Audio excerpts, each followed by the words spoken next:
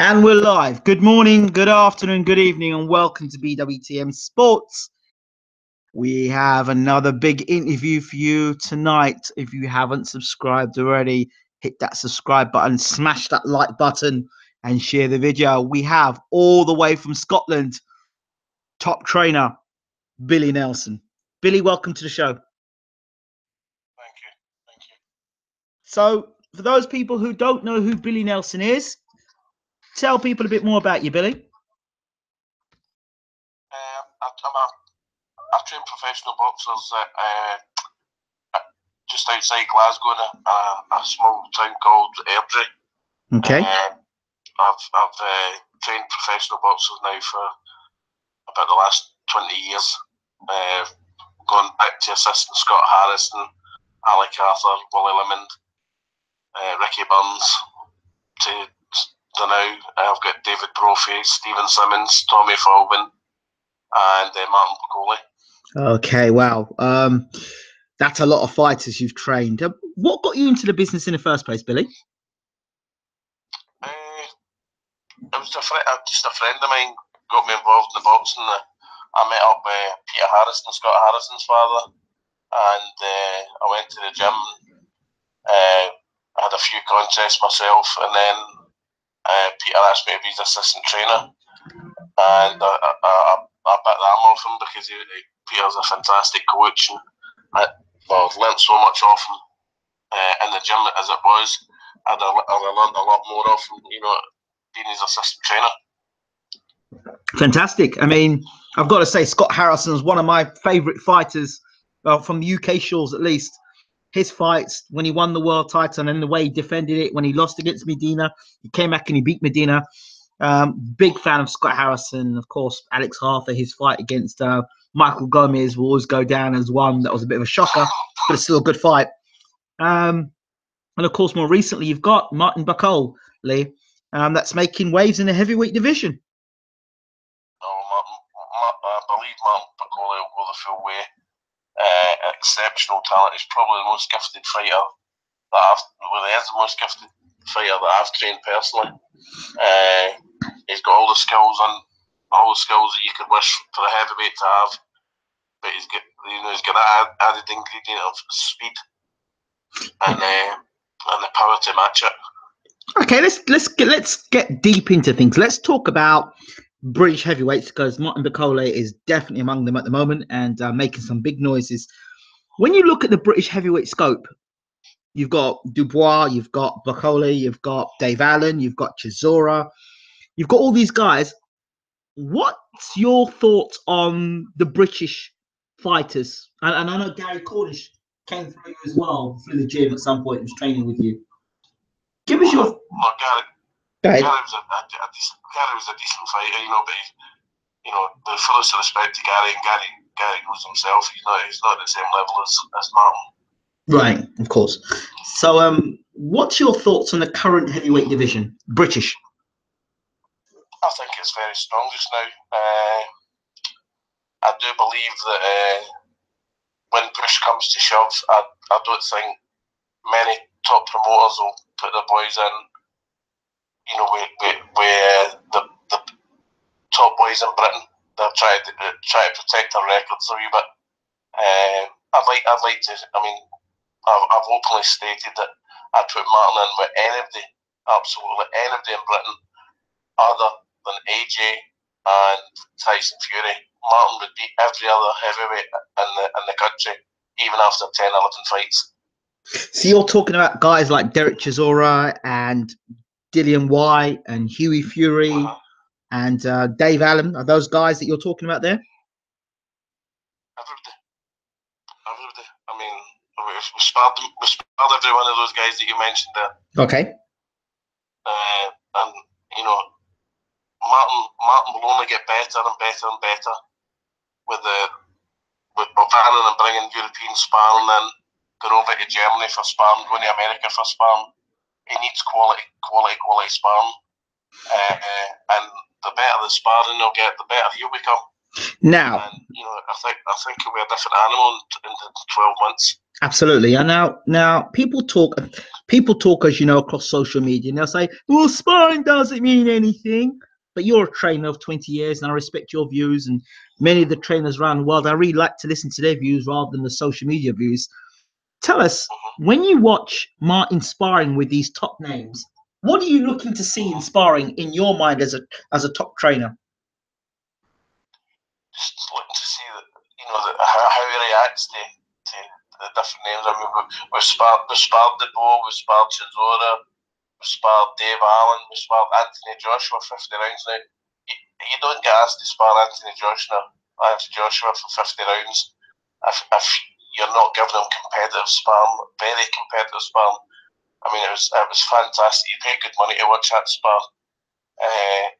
You just know. I mean, Robert McCracken has said to me that he'll be an exceptional fighter in 12 to 18 months. So if the trainer, the heavyweight champion of the world says that, you've got to listen what's been said. So when you take away and you hear the various stories of Dubois and Bakhole and Price and various others that have done things to Joshua in sparring, and then you see your boy in there sparring against Joshua, do you see those things as rumors, or do you see those things as the truth, or something in between? Say that again, sorry. When you see the likes of, when you see your boy Bakhole sparring against the likes with Joshua, and then you hear the rumors of the stories of Bakhole and all these other guys that have dropped Joshua in sparring, do you see those things as rumors, or do you see those things as more of the truth when you look at Joshua sparring with Bakhole? Well, in fairness, it doesn't really bother me if anybody gets dropped in sparring. It's how my boxer, it's how it's performing that concerns me. No, Anthony. With full respect, Anthony Joshua is an absolute gentleman.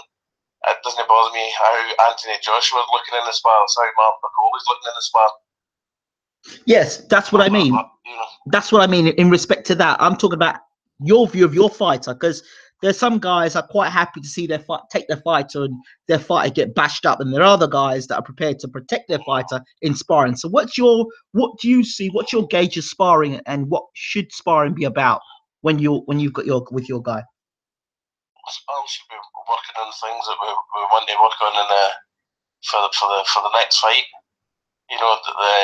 Anthony Joshua was supposed to be fighting a guy that called off, and then he ended up fighting a much smaller guy. So that wasn't the ideal preparation for him, because Martin's 6'6". I think the Takam 6'1", 6'2". Yes. So that wasn't ideal for him, and we ended up giving him his last spar as well, down in Sheffield.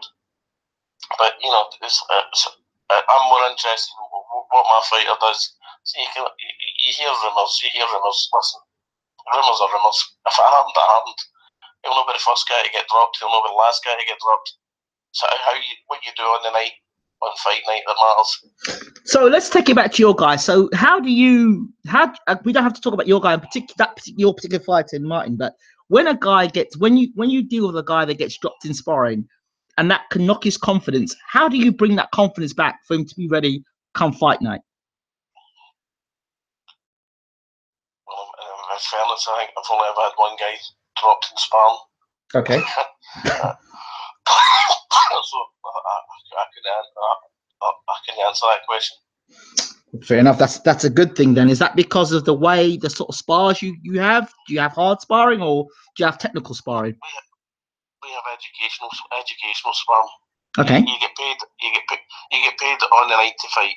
Right. And the skills you've developed in the gym, use them on the night. You don't need to, why leave the fight in the gym? There's no need to leave the fight in the gym. Very interesting stuff. What's made you think that way rather than having gym wars, which a lot of trainers in gym seem to do? Why have gym wars? Why have gym wars? There's no need for it.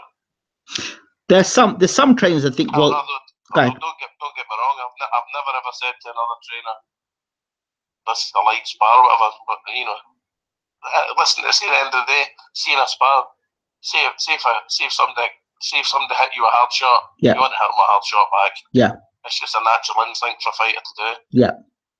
But it's keeping a cap on it. Let's try to keep a cap on it. Okay, okay, that's interesting. You say that because there's some trainers that think, yeah, a hard spar, good hard sparring all the time is good to prepare a guy for what's happening in a fight. Is that true? The trainer's not the one that's taking the punches in the fight, are they? It's very true. It's very true. But you know, it takes a certain type of training to come with that sort of approach and be secure in that. Why are you so secure in those thoughts? That's just the way. That's what I've learned off Peter Harrison. That's the way I've always been myself, and it's worked. So okay, it's been success for the limited fighters. We've had a lot of success. Absolutely. It's tried and tested. For me, anyway. So tell me the difference between, say, fighting at British level or Southern area level to British level, and then fighting at world level. I mean, obviously, it's obvious to say, well, British and world class is two different things, but we hear the word world class thrown around a lot. Now, you've happened to work with some top fighters. Talk to us about the difference and what makes the difference between a British fighter and a world class fighter. World class fighters, any trainer worth their salt sees world class boxers in the gym on a daily basis doing things that other guys can't do. They think sharper, they react sharper. Just the whole demeanour in a gym in a gym setting is different for your kind of, your lesser talented fighters. Right. Right. So how do you spot that? How do you tell the difference? Like, you're watching a fight on television on Sky or Box Nation, and you're watching a guy and the commentators are saying, this guy's world class. And you're looking and say, well, no, he's not. He's a good fighter, but he's not world class. How are you able to go ahead? That can be said. I thought a lot lately. I think haters and tellies are bumming up, so to speak, the home fighters, Mm-hmm. you know, to make them sound better than what they actually are. The phrase world level is used far too frequently now, in my opinion. The fight happened the other night. Conor Ben versus I don't know who the gentleman was, but he fought the Frenchman, the guy from Paris, and Ben got dropped in the first round. Then got dropped again, and then he came back into the fight. I scored the fight a draw because they both, you know, I'm not sure how Ben won the fight, and I'm not sure how, you know, he was one up in the fight, but nonetheless, this fight, is it a case of it being a learning fight for Ben, poor matchmaking, or fighter being overhyped and overconfident? No, it's very much a learning fight for Conor. Mm-hmm. I mean, I don't know Conor personally, but it's 10 fights. He had very limited amateur experience, mm-hmm. and I thought actually his performance in America was very good. Mm-hmm. I thought that was excellent. The other night obviously wasn't so good, but he showed something. He showed something that you can't put into fighters, you know, and it's quite obvious he's got a large pair of balls about him for coming back and putting the guy down in the 5th and 6th round. But the scoring, in my opinion, was atrocious. I mean, it's as clear as day. It was 10-7 the first round, Mm-hmm. and then he lost the second and third round, and then he won the fourth, and then it was a 10-8, 10-8. So I mean, it's do the maths. It's five, you know, a draw. It was quite clearly a draw. It was obvious a draw. So, I mean, this is going on. This whole thing on commentary at the moment, where the commentators are literally blowing smoke up fighters' asses, and a very biased in commentary. Where are we going with this, Billy, in terms of the future of boxing on television, in terms of being, because I thought the commentator was there to educate fans. I thought the commentator was there to break a fight down. I thought the commentator was to give a non-biased opinion as to what was going on, what was actually happening in the fight, rather than making things up. Your thoughts? It should be it should be totally unbiased, impartial commentary on the sport, but that's just not happening. It's not happening. I mean, one of the best analysts or commentators for Sky was Glenn McCrory, a fantastic commentator. He called it the way it was. Alec Arthur is a tremendous analyst as well. You know, these guys call it the way it is, not what what the promoter wants the TV viewers to hear. Absolutely. I mean, I spoke to Glenn the other day, and I think he's working for TalkSport, and I thought the best thing that Sky had was Glenn McCrory, because he just calls it as it is. He'll tell you this guy's good, this guy needs to work on some things, this guy's just not up to level. And I'm not sure where we get by just... Go ahead. I mean, see, with the fullest respect, but you know, they've got Darren Barker's very close to a gym that several of the boys that were on the other night. Yes. And it just wouldn't say a negative word about them. But it's, how can it be not in a conflict of interest when you've got guys whose brothers are boxing or gym mates, and how can that be in a conflict of interest? You're commentating on your mate boxing. I mean, if you want to do that, do it down the pub, but you can't do that for a professional outfit. Of course you can. Of course you can. Well, that's something, something Sky have got to address. But that's. I mean, Adam Smith's never, he's never been involved in boxing. He's never boxed. He's never trained anybody. But yeah, he's commentating all the fights. It should be ex-fighters that are on doing the commentating. Absolutely, absolutely. All these people who have knowledge. I mean, I heard one part of the fight. He was talking about Conor Benn, those thick thighs of Conor Benn. I'm thinking, what have thick thighs got to do with boxing? In terms of him being completely, at the time being dropped twice and in a lot of trouble. He's talking about Conor Benn's thighs. I couldn't quite get it.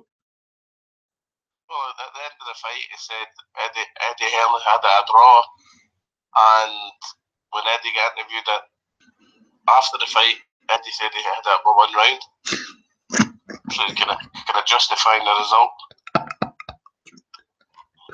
Shake your head moments. I mean, it's moments like this that are hurting boxing rather than helping it, because you get. If you think across the years, Billy, of all the fights you've watched in boxing and the atrocious decisions we had, could you imagine what better sport we could have had if the right decisions were adjudicated each time? I mean, I've been involved in a few shocking results myself. John Simpson, for example, he must have been one of the unluckiest guys I've ever met when it came to judges' decisions. Right. Some of the decisions against that boy were quite unbelievable.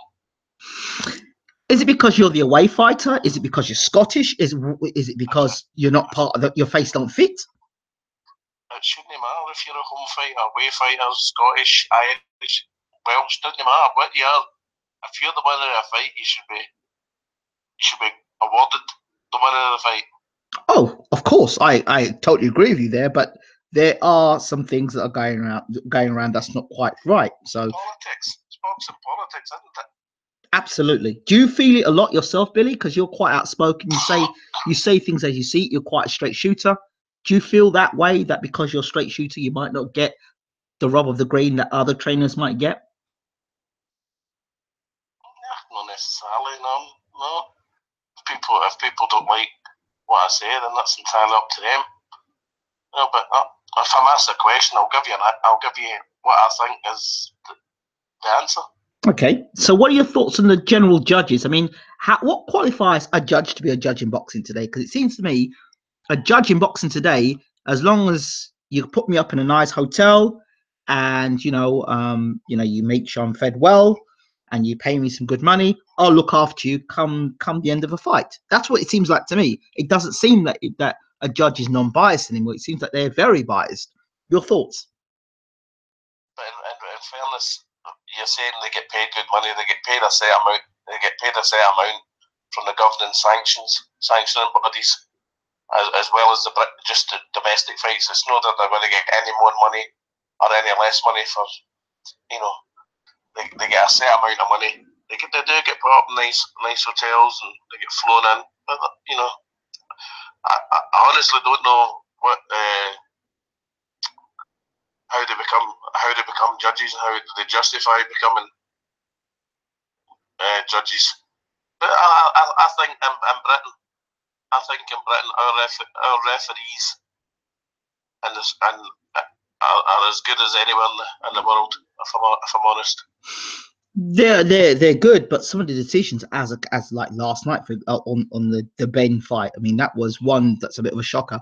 But we've seen it time and time again. You get them periodically. You do get them periodically, but I mean, I'd love to know how they got it at 3 points. I don't know. You tell me. 1 point you could make. I couldn't even think it for 1 point. But if it was 1 point, you could say, "Oh well, the guy was unlucky." But you know, I'm reading on Twitter the guy only get given less than a week's notice as well for that fight. So the guy done exceptionally well, the French boy. He did very, very well. So is that bad matchmaking, or is something else gone awry there for Conor Benn? It's good matchmaking. Your opponents only get 5 days notice for a fight.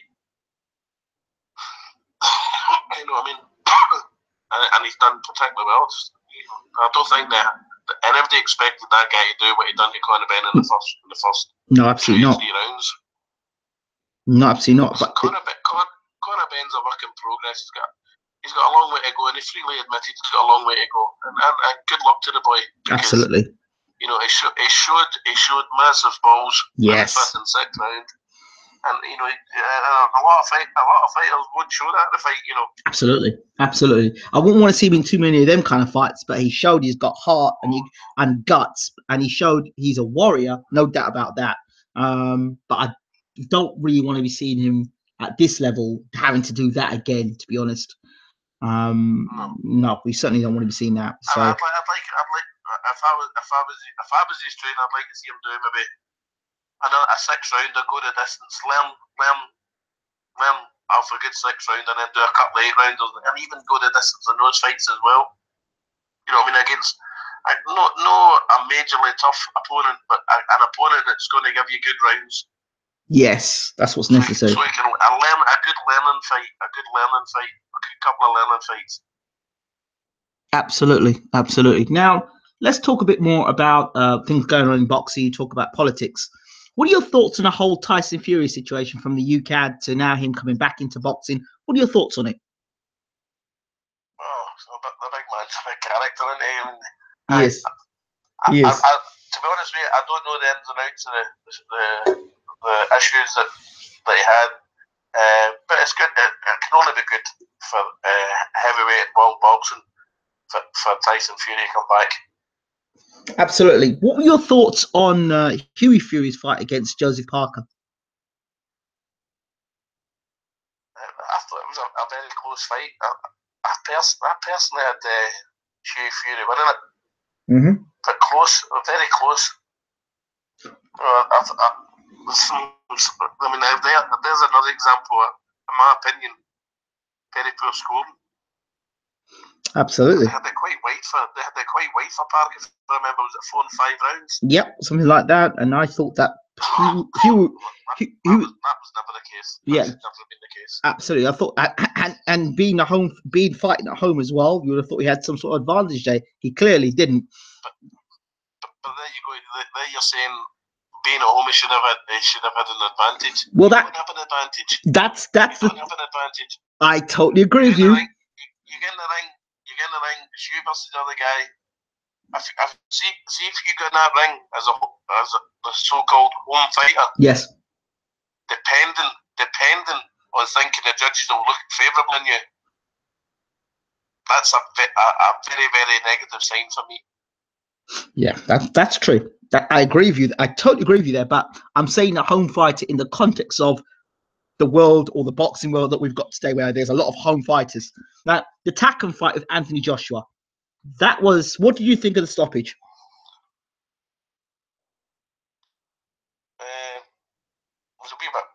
wasn't it? Mm-hmm. Mm-hmm. A wee bit premature. But and saying that, the guy was never going to win that fight. There was only a couple of rounds to go, and he's probably saved himself for another payday. Fair enough. Where does your fighter now, the heavyweight Bakhole, where does he go now? Where are you gonna? What's the next move for him in January or 2018? Well, I'm hoping we'll have his next opponent announced next week. Okay. Or certainly before the new year. Okay. It'll probably be a defence of the IBO title that he won, or maybe going for another title. But we've asked several British guys, to step up against him.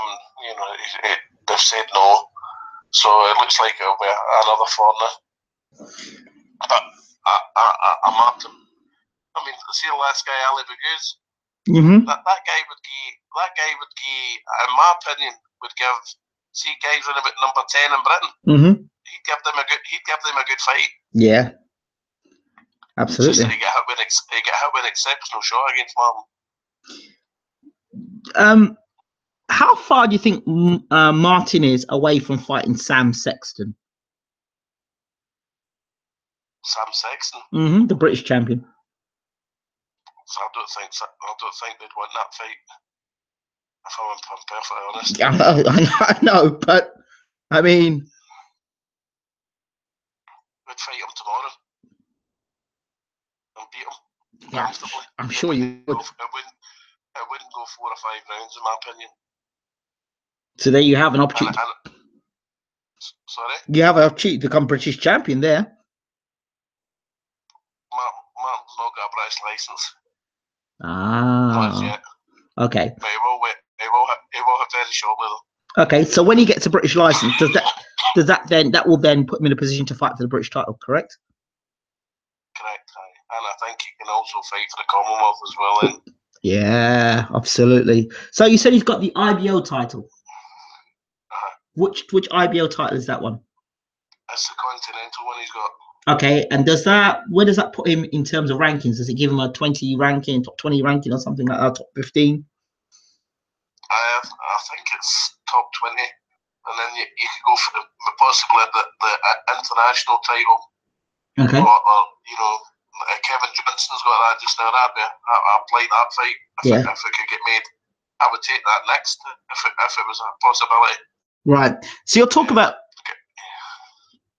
a next opponent. Have you got any ideas, sort of opponent, like maybe? What about Sokolowski? Would you consider Sokolowski? He boxed him. You boxed him? He broke it. Martin. Is that the Polish guy for Portsmouth? That's the guy that fought David Price, I think. Martin broke his nose and kind of gave him a very hard time down in York Hall. Right.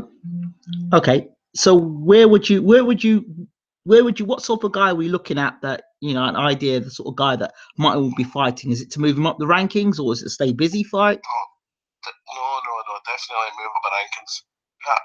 I believe Martin could be fighting for a world title comfortably within 12 to 15 months, 18 months. Wow. Okay. So it's just about so what is now the learning fights, the longer duration fights? What is it for you now? Picking up titles? I want longer duration fights. Okay. So it means you have durable opponents?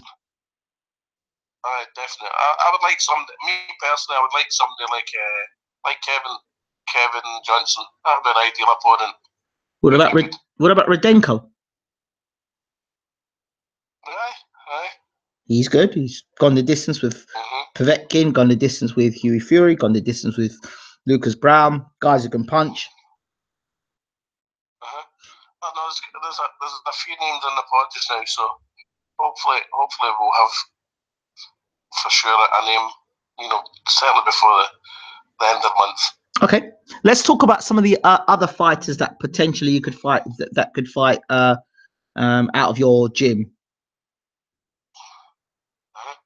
Yeah, who else? Who else could we see fighting? I've got Steven Simmons. Okay. I think he might be fighting Matty Haskins.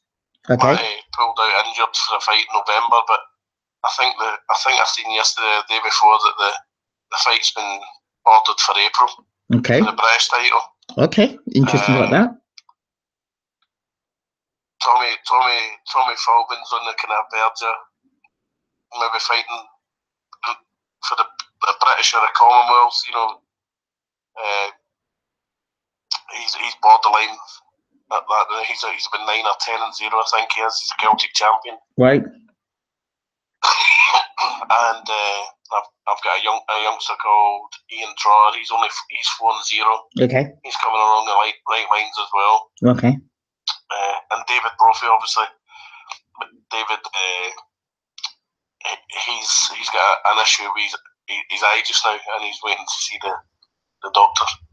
Right, David Brophy. What's happening there? Spice middleweight, super middleweight, David Brophy. Super middleweight. Wasn't he sparring with Liam Cameron at one point? Yes. Yes, because I remember talking to Liam Cameron about it, and obviously now Liam Cameron's gone on to become the middleweight champion. What were your thoughts on that performance? Tripping's a lovely guy. That's David's intention to step down to middleweight after, once he gets all clear, he'll be stepping down to middleweight. We've just discussed and agreed that that's probably the route to go down. His fight against he fought George Groves, didn't he, David Brophy? He did. What were your thoughts on that fight, the making of the fight, and then actually the fight itself, and post-fight to that? David sparred, and he's done exceptionally well with all the top boys in Britain. And it was an opportunity, a great opportunity against George Groves, but George Groves was just too good in the night. If you're somebody's too good, he's too good. On the subject of George Groves and Eubank Jr., who's your thoughts on who do you think is going to win the big fight? I think it'll be an excellent fight for British boxing. I would favour George Groves purely for his experience, and he's massive. He's absolutely massive for a super middleweight. He's got an exceptional jab, strong.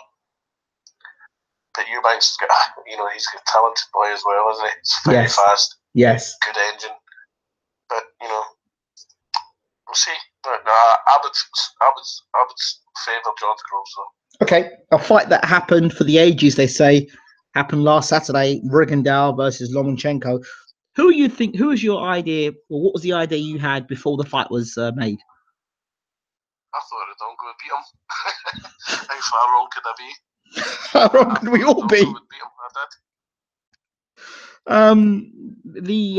The result and Rigo retiring or saying that he was damaged his hand, and afterwards he found that it's not a break. What are your thoughts on that? And bruising. You've got to be disappointed, haven't you? If you were his trainer, you'd be devastated, wouldn't you? Put all the months of hard work in, and you've pulled it with a bruised hand. Yes. The thoughts on once. At the end of the day, Lomachenko. He could go down as the best ever fighter. Was it 396 fights he had as an amateur and lost one? Yep, as an amateur, yes. What do you think of yourself as an individual winning those amount of fights? You can't argue that record, can you? No. And the guy that beat him, was it in his second pro fight, Salido? Yes. Was it Salido? Yes.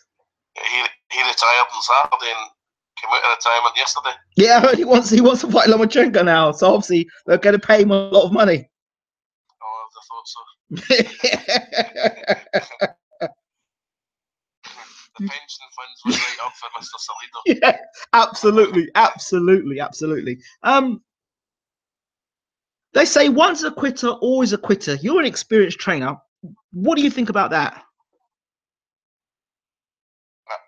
What do I think about the fight a week last Saturday? Well, no. When a guy, they say once a quitter, always a quitter. Is that true?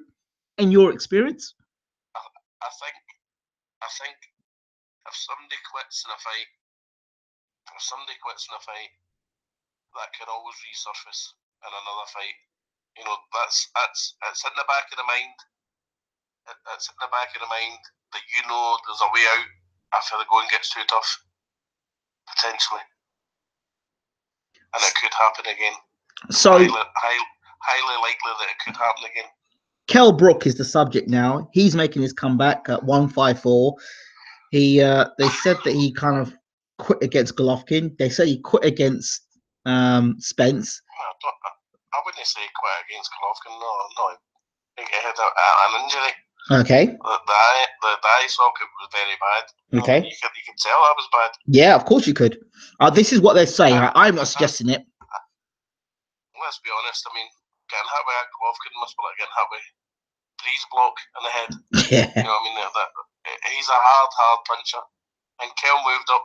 Although Kell fought at welterweight, you know, he's always been a big boy. Yes. He's a big lad. He must walk about 12 and a half stone. Yeah, absolutely. You know what I mean? And he obviously thought that getting in at middleweight, you know, he'd be big enough and strong enough, but it proved wrong, didn't it? Yep, different sort of league there. And what about the Spence fight?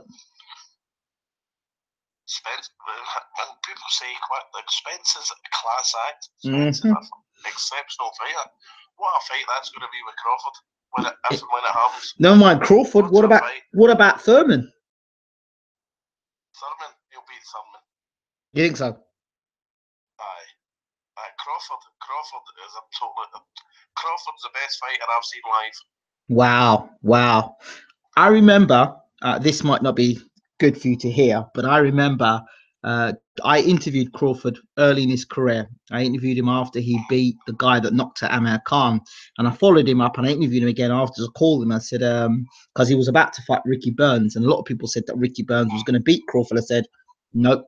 This guy Crawford is very, very talented, and he knows his boxing. He's a historian. He's very quiet, but very talented. And of course, we saw what he did to Ricky Burns. You saw him up close. What are your thoughts on? I was in Ricky's corner. Of course, yes. Tell us your of course. Tell us your thoughts on Crawford. Exceptional. An absolute joy to watch. If you could teach somebody something in the gym and take it to he must pick up things. So his boxing brain is phenomenal. His balance is fantastic, both orthodox and southpaw, and the way he switches with consummate ease is a joy to behold. So when you were training Crawford, Burns to fight Crawford, what was the strategy? Was it physical strength? Was it to bully Crawford? What was the idea? We just try to box him behind the jab. Ricky matched him for speed. Yeah. Just couldn't match him for. As in any sport, if somebody's better than you, they're better than you. Yeah, that's it, really. You've just got to put your hands up and say, listen, you're the better fighter. Okay. There's nothing wrong with that. There's no shame in that whatsoever. Absolutely. Just being honest and saying it is what it is. Ray Beltran was another guy that I said would hit Ricky with a left hook and would cause problems. And Ray Beltran was a bit of a handful. Talk to me about your thoughts about Ray Beltran and that fight. Well, see, I've got a strong view in the Beltran fight. See, as silly as it will sound, see for the first minute and a half, yes, round and a half, Beltran couldn't lay a glove on Ricky. Right.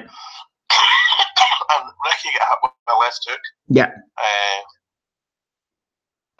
Whilst on the ropes with his mouth open, that's what happened. Yes. That's how he got the broke jaw. But he never came back to the corner and said, I've got a broke jaw, just my jaw sore. Right. And, you know, let's be, we were very lucky to get the draw that night. You know, very, very lucky. Beltran was a strong fighter. Yes. Talk to me about there are questions probably you could answer this, maybe you can't answer it. I was always perplexed, and it's a question that's never got answered. When Ricky left Warren and went to Hearn, and that big conversation was had out live on TV. He said, "Oh, don't worry, it's all sorted. Ricky's with us, and it's all sorted." And then we discovered afterwards Ricky went bankrupt, which was quite heartbreaking to a lot of boxing fans. Do you know how that process went about? Because people are still scratching their head, wondering, well, how could this be? His promoter says it's all sorted. Obviously, it wasn't sorted. He gets taken to the cleaners legally. What happened? I'll be perfectly frank with you, I don't know. You don't know. I don't know. All I knew was Ricky was decided to go over to Eddie Hearn, and well, you seen the interview you said. He said that Eddie assured him that everything was okay, and obviously it wasn't. There was other issues, and they went to court. You know, Ricky spoke to me briefly about when he went to court. You know, and well, did he lose the court case? I think it was kind of 50-50, wasn't it? Well, Frank Vaughan had to pay something, and Ricky had to pay something. Well, I thought Frank won the case. That's what you see. I don't know, but I know that he left Ricky in a very bad situation. To be honest with you, I'm not, because Ricky had left my gym by that time anyway. So yeah, I wasn't really clued up on what was happening. In terms of, if you don't mind me asking, in terms of the time that when you were with Ricky Burns, what was it at the end that made Ricky move? Was it money? Was it the fact that he felt he was getting stale, a change of lifestyle, the fights he had, or was it just time to move on, in your opinion? I think it was just time to move on. I mean, he's asked to come back. No last 2 Christmases ago. Damn. He asked to come back. He asked to come back to the gym. You know, I think the travelling and things that weren't they for him. You know, the travelling down to London.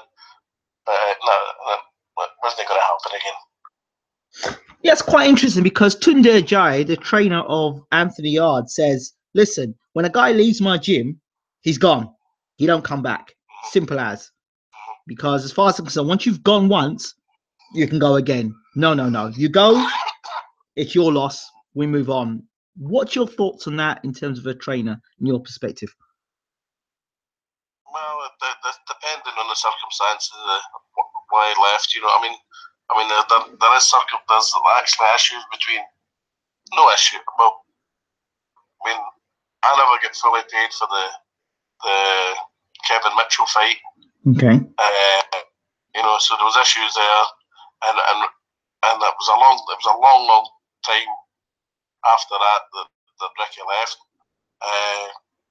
But I've had Stephen Simmons left me. It was basically, it was my fault that he left. It was just a wee argument in the gym, and he came back years later, and that's the reason I took him back, because it wasn't his fault that he left in the first place. It was really my fault. So you've got to put your hand up and say, well, I was in the wrong. I'll give him another chance. Wow, that's brave. I mean, that's a real man there, real character there, Billy, because there are some trainers who can be wrong and strong. I'm sure you know them, that can be wrong and strong. I'm the trainer, it goes my way. Even when I'm wrong, I'm right. No, when you're wrong, you're wrong. Yeah. If I make a bad call in a fight, you know, you've got to put your hand up. You've got to put your hand up to it. Mm-hmm. And say, well, listen, that was my fault. You can only apologise, but fortunately, they've been very far and few between. So since Ricky's left and he's moved on, he's with Sims now, and he's training with Eddie Hearn. What's your thoughts on, since he's departed? Do you think he's improved as a fighter? Do you think he's still the same? Do you think he's gone downhill? Where do you think Ricky is and with his career now? I'd like to see Ricky retire. If I'm honest. His fight against Julius was it Julius Ndongo? Ndongo, yes. Ndongo's. That kind of that said it for me. That fight said to me it was time for him to retire, but it won't, because he loves boxing. passion. And his fight against Crawler, I mean, I thought it was just a glorified sparring session. If I'm honest, it looked like a glorified sparring session. No, it was a decent fight. I don't think. Well, Crawler might get a world title shot off it, or a final eliminator or something like that. But there's talk that they might fight again in Glasgow, which is an easy fight for Matchroom to make, isn't it? Yeah, it is. Fight of the Matchroom, so. Yes.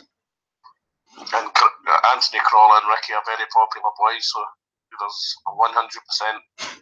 The top arena in Glasgow will be sold out for it, so it makes business sense for Matchroom as well, isn't it? That'll make some good money, won't it? Of course. And what it's about, make both guys making good money, and that's good. I'm glad to hear that both guys will. If they have a rematch, they'll make good money. Yeah. I want to also talk about a gentleman, Scott Harrison. He was meant to come back. I remember he fought a comeback fight. He fought, what's his name? Liam Walsh, and then he disappeared, and he came back again and tried to make a comeback again, and then he got himself, and then he disappeared again. What happened with Scott Harrison and you know the comeback? Well, I was with Scott his whole career up until he got in trouble over in Spain. Scott was an exceptional fighter. Yes, an absolute granite jaw. See what I loved about Scott Harrison.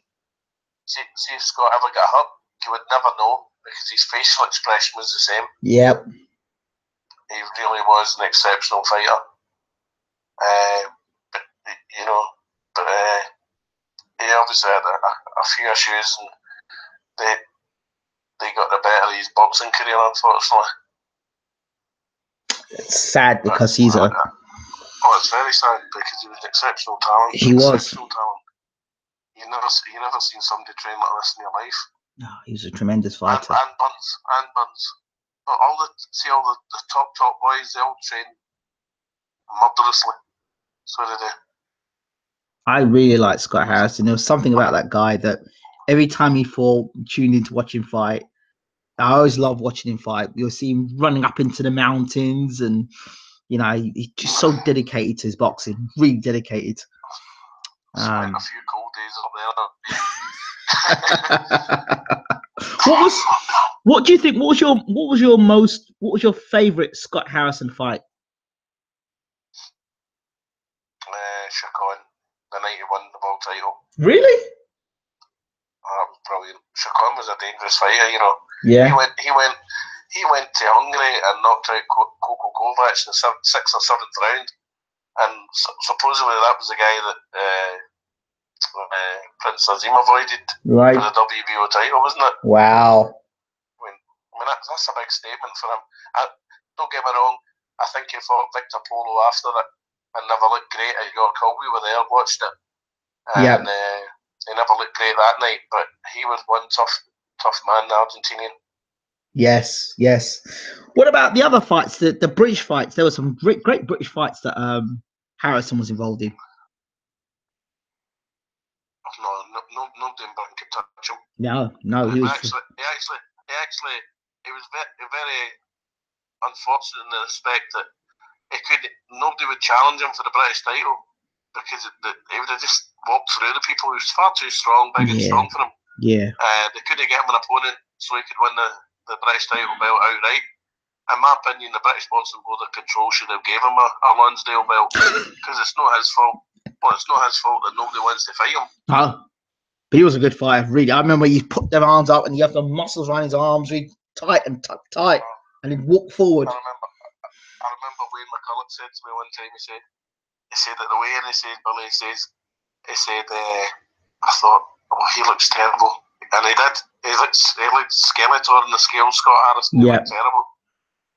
But he went from 9 stone to 10 stone 10 the next night. You know, he said, Billy, you walked in. Wayne McCulloch says to me, he says, Billy, you walked in the ring. He says, and this monster walked in behind you. he says that guy looks. He says his face looked like Scott Harrison, but nothing else. He said compared to the wear. I guess that probably was a psychological thing as well, because you know these guys think, oh, he looks weak, he looks gaunt at the weight. Oh yeah, I've got a good chance here. And then the next day or the next night, they're thinking in their mind he's weight trained, and they're waiting for the champion to come. The champion steps through the ropes, comes to the ring. My God! I mean, I've seen it. Absolutely, you never see. Don't see the only guy I've seen as big as him at featherweight is Lee Selby. Yes, he is massive. We fought him with John Simpson, right? And on the scales, I thought Lee didn't look good.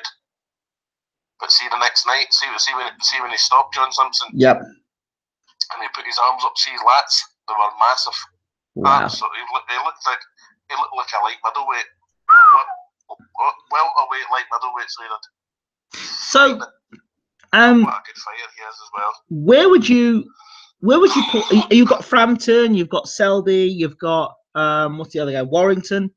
Where do all those guys fit in that division now for you? I think Warrington's got a wee bit to go. He's a good fighter, but he's got a wee bit to go. Just with experience, the experience factor that Lee and Carl have got. I would slightly favour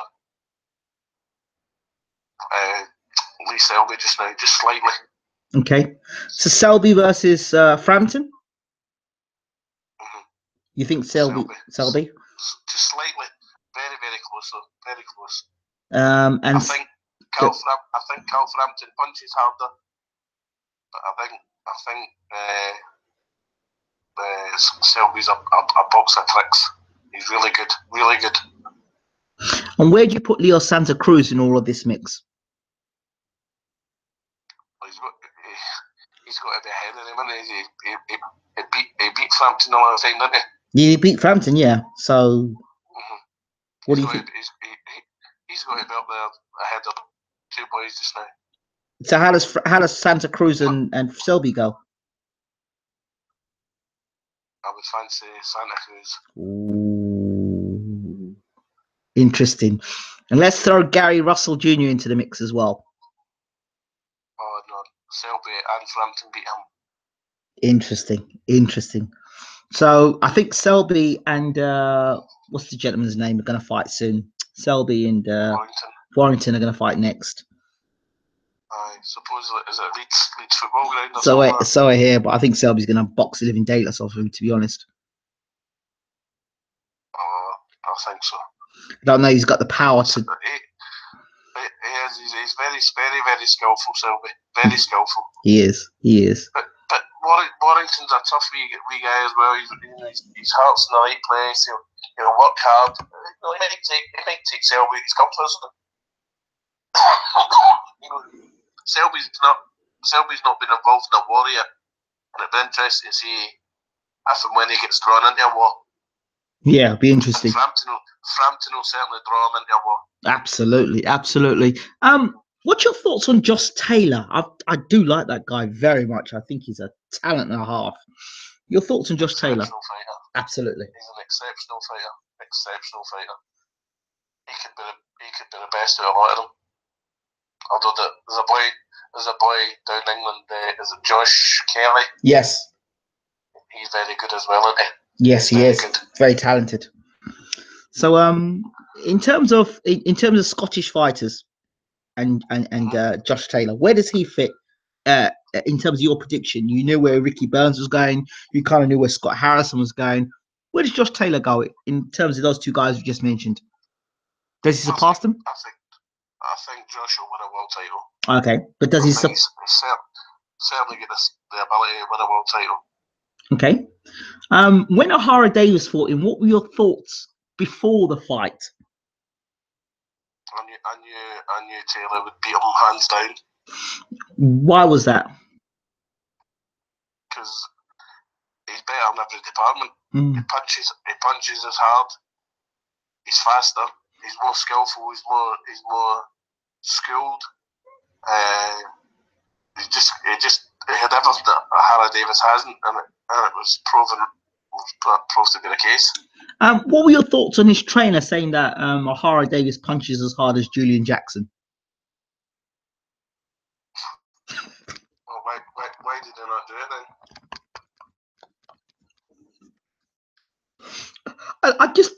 I listened to the statement. People told me, said to listen to it. I couldn't believe it when I heard it. So I played it back. I didn't know who he was talking about. I played it again and I played it again. I thought, no, I wasn't sure. Still, I thought he was having a laugh, but he had a straight-laced face when he said it. Well, I don't know. The trainers say some things, you know what I mean? I think it's a bit of a statement that Julius Jackson, remember the punch he hit Harold Graham? Was it Julius Jackson that knocked out Harold Graham, wasn't it? And we spoke to... Have you ever seen such a brilliant punch? No, I haven't. That was a tremendous punch. We only spoke to him a few weeks ago. He's quite close to the channel. And yeah, I tell him about it every time we talk. I tell him he owes me my tongue, because when that happened, I was biting into a ham sandwich and I bit it and I bit my tongue at the process when he knocked.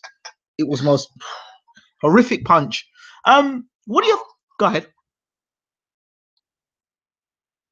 What are your... I was going to say, what are your thoughts on when O'Hara Davis said that Taylor has scratched his eye during the fight?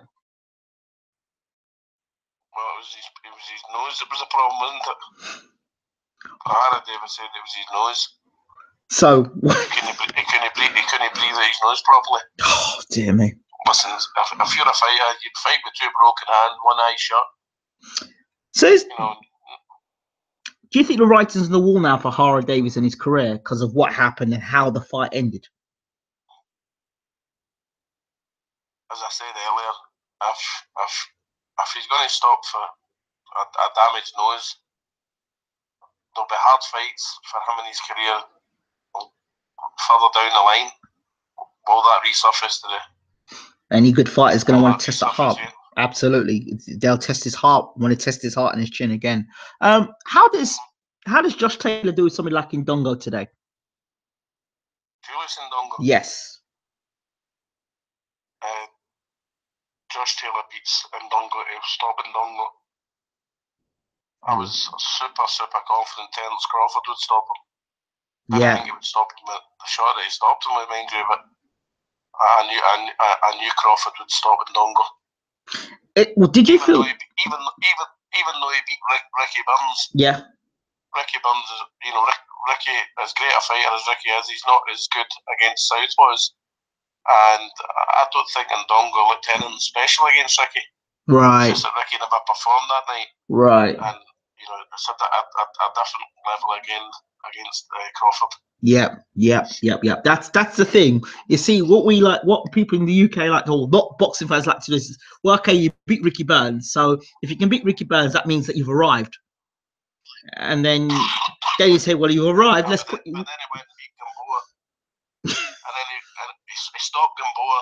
He stopped somebody else who was a very good fighter. Yeah. But it was in the manner. He stopped him. Exactly. I think he showed Ricky Burns a lot of respect.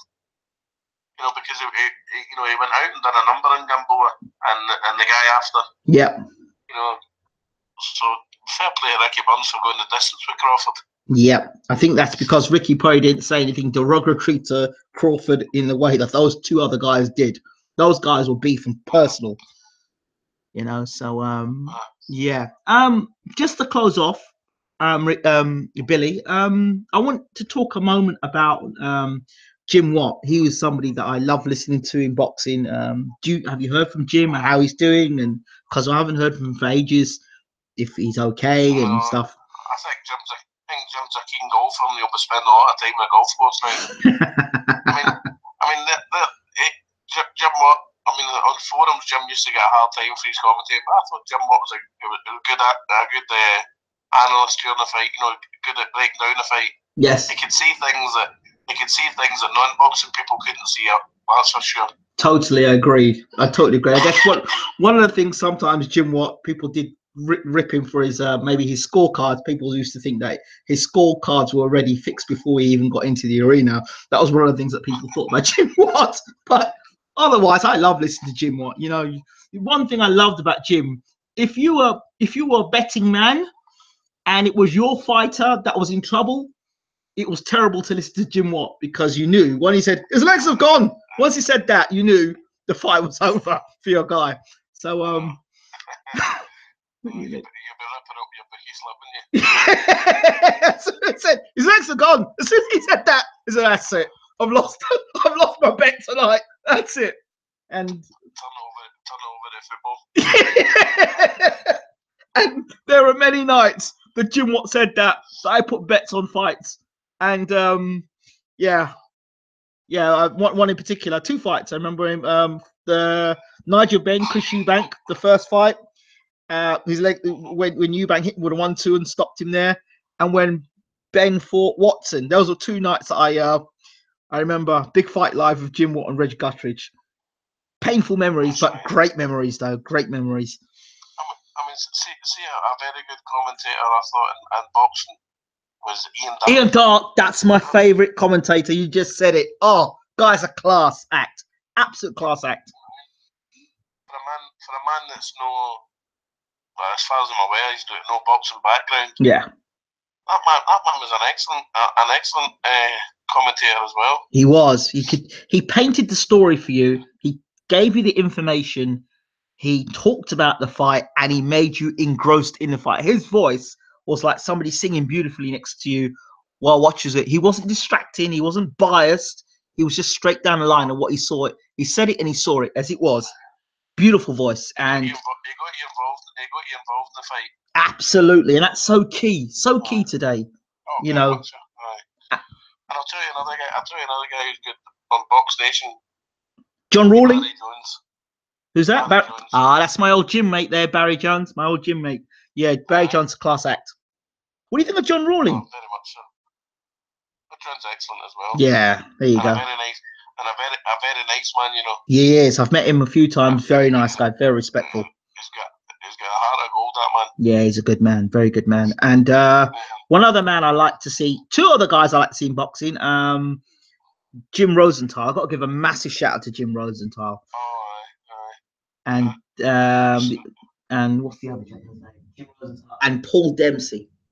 Paul Dempsey. He's I've met him on Channel 5 shows. He's a right nice man, isn't he? Yeah. There's another guy. I'm sure I was listening to him tonight, but there was a German football game on, and I'm sure he was a commentator on it. He probably was. Love Paul Dempsey. So, but when you're looking at the old school ringside, I was watching the old school ringside the other day, and I just said, look at this team. This was what boxing was about. Ringside on a Wednesday night I think it was Gary Norman might have been the guy presenting.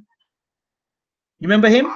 And they had sometimes Gary Mason be on the show, Paul Dempsey, Glenn McCrory, Ian Darke, Jim Watt. That was your commentary team, or you know, that was such a great team. Why can't we have that today? Nah, they should bring that back. But again, it was very much because, and with the fullest respect, because Sky are heavily involved with Matchroom, it really was about all Matchroom fighters, wasn't it? Yes. They were well calling it, instead of ringside, calling Matchroom. Very painful. It was all Matchroom fight, but I suppose Box Nation's a bit more the same, much the same. Yeah, it is. They've got to promote their own, I suppose, haven't they? Of course they do. They just, you're just looking after yourself, and I guess if we were in that position as well, we'd look after ourselves as well. So, you know, it's a business. People forget, but the public forget. It's a business. Absolutely, it's a business. It remains a business. I think Frank Warren's coming back with a bag now with BT. Yes. He's starting to put on much better shows than what he was getting at the beginning with. Yes. Box Nation. So fair play to him for doing that. I'm so happy because once Frank Warren's coming back, it makes it more competitive, a more competitive market. And the biggest pay-per-view for me in the UK would be Warren versus Hearn. Get those 2 guys to sit down and hear their views on boxing, how boxing should be managed and promoted. That would be amazing, don't you think? I think they'd say much saying one thing and doing it. Different. But it'd be fun to watch, though. Oh, it would be fun, aye. I don't think that would ever. I remember that people were talking about that. That'll never happen. It never happened. No, would you ever see it happening? Listen, if I had any way to make it happen, trust me, I'd try to make it happen. I don't know how I'd do it, but I'd make it happen. I'd try. I could never see that ever happen. They're very much individuals. One's Eddie's Matchroom and Sky. Yep. You know, and in theory, Sky's Eddie's boss. Yep. You know, with the contract that he's got, and Frank Bond's his own boss. He owns Box Nation as far as I'm led to believe. Of course. The vast percentage. Yep. But I mean, for BT to go in and support him, that's a brilliant family fighters. It is brilliant.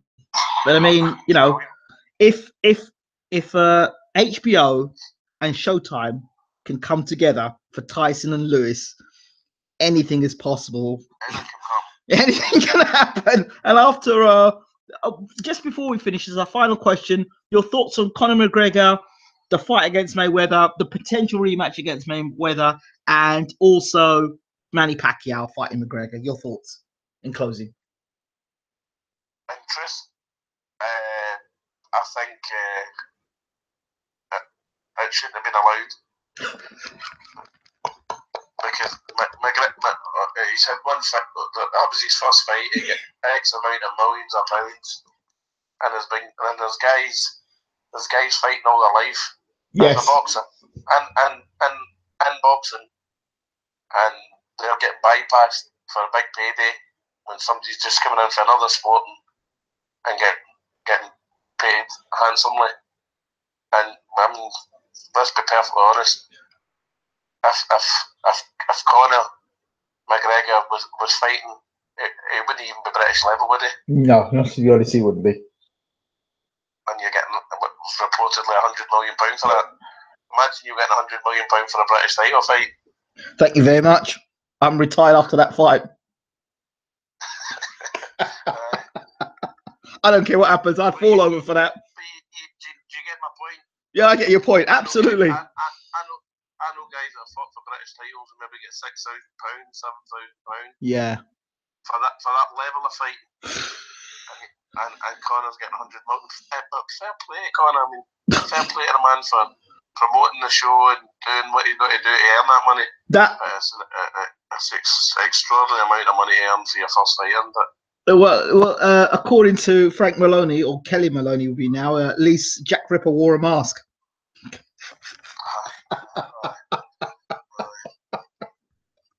But fair play to Conor. That was a bit of genius right there. It'd be nice to go to your cash line and see what you've got in your account every day, wouldn't it? I wouldn't lift any money. I'd just leave the figures up in the dash. Wow. Fair play. Billy Nelson, thank you so much for talking to BWTM Sports. How do people contact and reach out to you? How did they contact me? Yes. Just come to my gym in Airdrie. Okay. And what about social media? I know you're big on social media. Oh, not really. I just have a laugh with it. You certainly do have a laugh with it. Aye. I'm on 12, Billy Nelson box. Okay. Billy Nelson, once again, welcome to BWTM Sports family, and thank you for being on the channel. We appreciate you. All the best. Take care. All the best, Billy. Bye-bye. See you,